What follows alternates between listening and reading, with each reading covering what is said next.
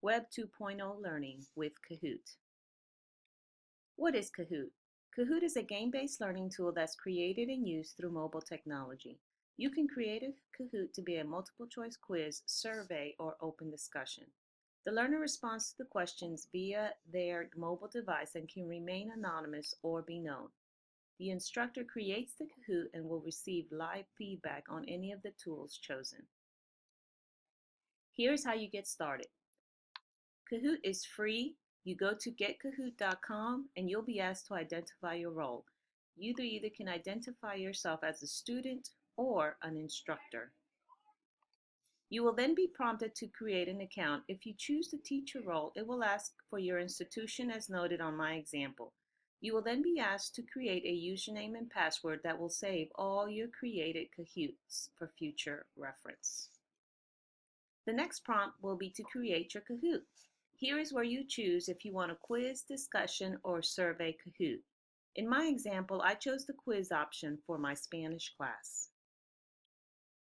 I then was prompted to label my quiz and I labeled it body parts since that is the current unit we are studying. You are then prompted to ask the questions. This is where you can create the questions and you do have unlimited questions you may create. Each question is given an image and you can download from your computer or have a random picture that will be assigned if none is chosen. You then have to put in at least 2 to 4 answers with at least one correct answer, but can have more than one correct answer. Here's also where you can customize the amount of time and point value to each question asked. Once you are done making all your questions, you can either choose to play now, preview, or edit if needed. Kahoot also gives you the option to share your Kahoot via social media. I chose the preview option so that you are able to see what the learner will see on their mobile device, as well as on the whiteboard. You also can choose to play music with the questions and shuffle the question answers given in the quiz. Once you select Start Now, a game pin is displayed on the whiteboard and you can keep the game pin displayed throughout the quiz so that if for any reason a learner is kicked out due to bad connection, they are able to jump back in on the next question.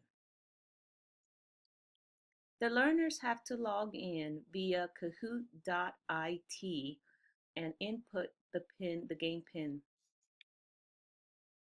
Once you have inputted the pin, the learner will be asked to make a name for the game, and the instructor still has the option of deleting any inappropriate names at this time. Here's what the student sees on the whiteboard, which is the question with the answers and what they see on their mobile device. They need to see the whiteboard in order to answer the questions. The answers given by the learner is real time and they will know once all the players have answered if they had a correct answer, and the board will display to the instructor the stats of the learners. The scoreboard is displayed after every question to show who is in first through fourth place ranking. At the end of a quiz, it will show the overall winner and the amount of Kahoots they earned. It will also show their stats, how many they have received correct and how many incorrect. The individual learner will also see it on their mobile device as the highest score. The learner will also have the option of giving the instructor feedback on the quiz with a simple feedback survey. The final scoreboard will also have the 1 through 4th place winners and the option to download the results for the instructor, play again, or to play a different Kahoot. Let's see my 4th grade classroom in action.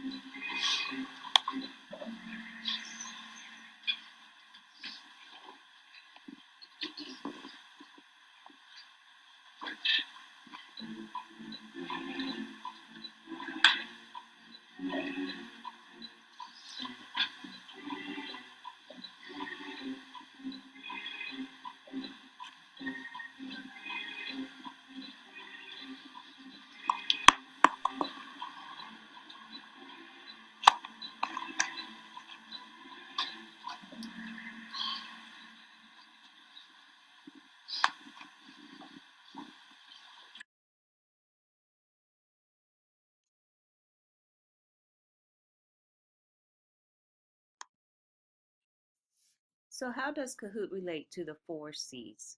I believe it encompasses all four C's to some level, and depending on what tool within Kahoot you use, it will emphasize one of the four C's more than another. Kahoot definitely fosters collaboration. It encourages them to work together and experience success together if they are given the task to create a quiz, a survey, or participate in a discussion. They will embark upon critical thinking and indulge in problem solving when given the quiz or discussion.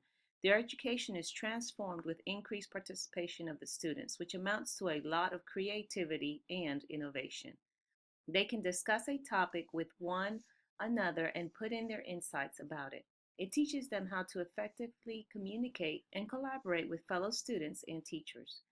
It is a general point of view of teachers that there is always at least one of the C's which their students can excel using Kahoot in their classroom. So, what does the research say? I believe that social constructivism and behaviorism are the two theories that are represented the best by the use of Kahoot. Benson suggested 6 ways of fostering autonomy, and one of these emphasizes a technology based approach. By teaching learners how to use technology independently by creating a Kahoot, the learners may have more chances to become autonomous users than traditional classroom learners.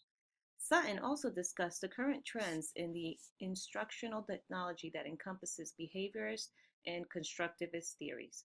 Though discussing primarily constructivist ideals, he states that there are many aspects of behaviorism that are a positive and that have led to the development of important instructional technologies. Examples of behaviorism and current trends are instructional software and computer assisted instruction like Kahoot. Shield also discussed the use of drill and practice tutorials with individual instructions and feedback drill and practice. This type of learning, where a student is rewarded through an encouraging comment before moving on to the next learning objective, is especially apparent in the use of the computer games that are so highly addictive to teenagers, as their learning behavior is being progressively rewarded as each level of the game is mastered. There is a huge push towards more of a constructivist approach, however, when implementing instructional technologies. There are many supporters of this, and they provide a convincing argument. Shield states that one way forward is to switch our attention from the design of software packages, which act solely as storehouses of information, to an interactive problem based environment in which the student assumes the key. With this profile in place, the learning tasks can be tailored to the student's capabilities rather than the student having to fit in with the software designer's generalized understanding of how learning should take place. The creation of these rich learning environments will also have to ensure that text, reference sources, multimedia, and communication facilities are fully integrated. So, what are the critiques and future recommendations for Kahoot? The biggest problem that I personally encountered is the lack of connectivity with the web. If a learner cannot connect, they do miss out on the learning experience. I also would like to see the designer create a quiz that is more than just a multiple choice template. Perhaps an assessment tool that can integrate short answers. Since this is a new tool, perhaps more options will be developed beyond quiz, survey, and discussion.